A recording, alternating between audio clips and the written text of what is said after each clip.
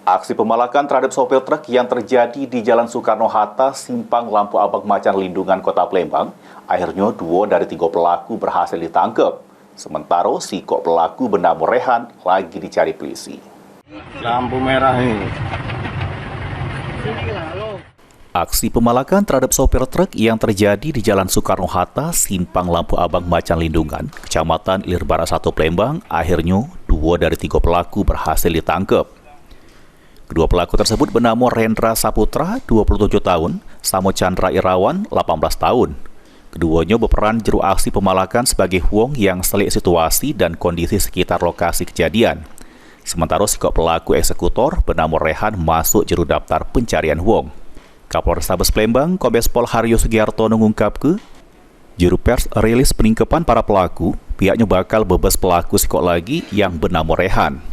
Ditambahkannya, pihaknya sudah mengantongi identitas pelaku karena pelaku sudah beberapa kali diaman ke pihak kepolisian juru perkara yang sama.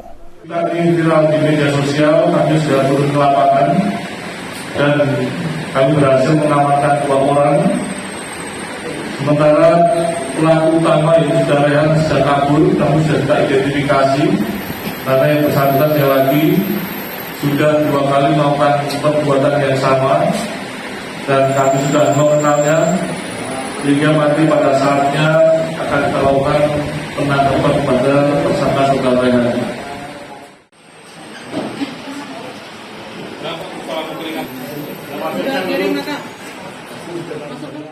Lutfi, PAL TV.